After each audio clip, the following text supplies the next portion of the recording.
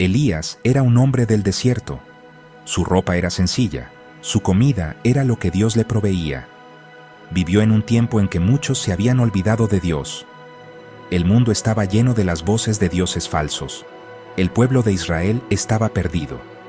Le habían dado la espalda al único Dios verdadero, Jehová. Siguieron a un rey, Acab, y a su reina, Jezabel, quienes los llevaron por un camino oscuro. Construyeron altares a un dios llamado Baal. Era un tiempo de oscuridad espiritual, un tiempo en que la verdad parecía haberse desvanecido de la tierra. En medio de esta oscuridad, una voz clamó. Era la voz de Elías. Él no era un rey ni un hombre rico, era un profeta, un mensajero. Su mensaje era sencillo, pero poderoso. Vuelvan a Dios. El nombre de Elías mismo significa, mi Dios es Jehová, y él vivió esta verdad con cada fibra de su ser. Apareció de repente en escena, enviado por Dios para confrontar a los poderosos y desafiar a los cómodos. Era una figura solitaria que se oponía a toda una nación que había perdido el rumbo. Un faro solitario de luz en un mar de confusión. Su misión no fue fácil, fue peligrosa. Hablar por Dios en una tierra gobernada por aquellos que lo odiaban era buscar problemas. Al rey Acab y a la reina Jezabel no les gustaban sus palabras. Lo veían como un enemigo, un alborotador que perturbaba su paz. Pero Elías no estaba allí para hacerse amigo de reyes. Estaba allí para servir al Rey de Reyes. Fue enviado para recordar al pueblo su promesa, su pacto con el Dios que los había rescatado, el Dios que los amaba.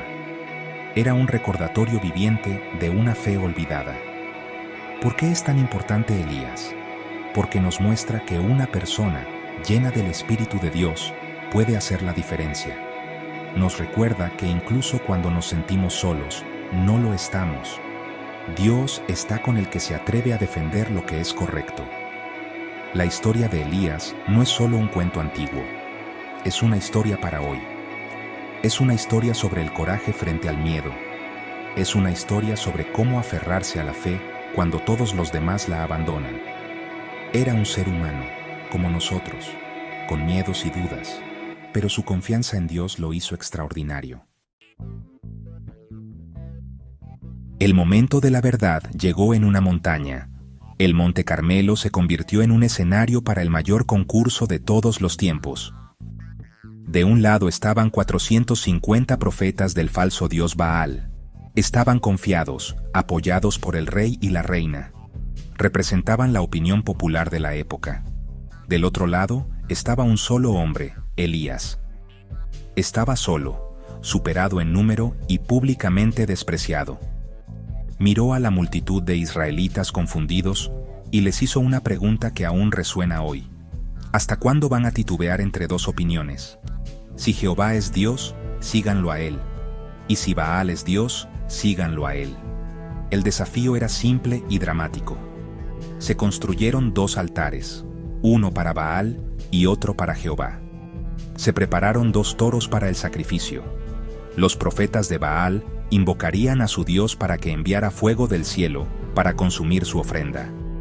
Luego, Elías invocaría a su Dios. El Dios que respondiera con fuego sería declarado el único Dios verdadero. Los profetas de Baal fueron primero.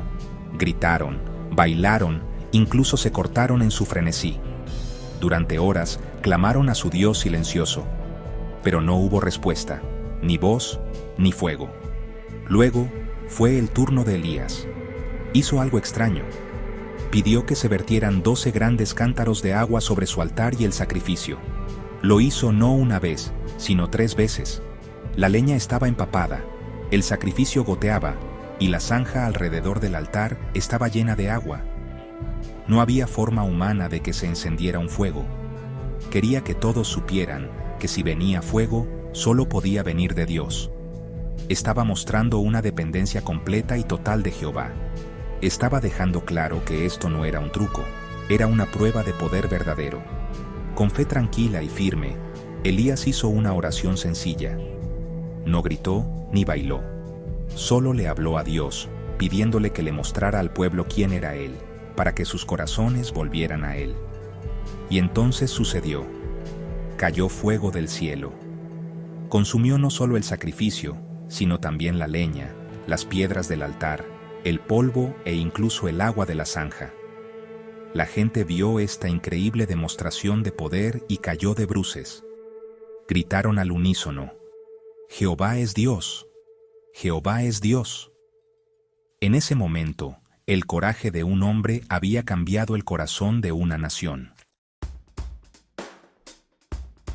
El viaje de Elías estuvo lleno de momentos en los que Dios mostró su poder de maneras silenciosas y personales.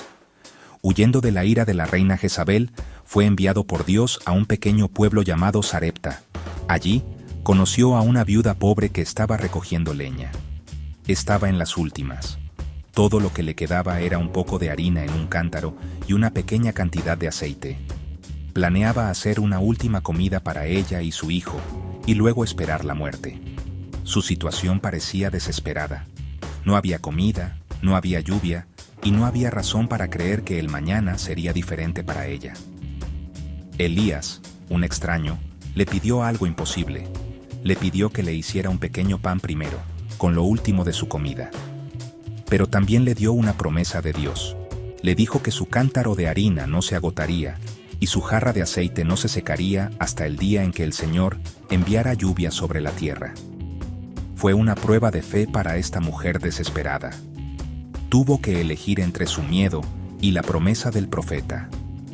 Confiar en un extraño con la última comida que tenía para su hijo requería una fe inmensa en un Dios que apenas conocía.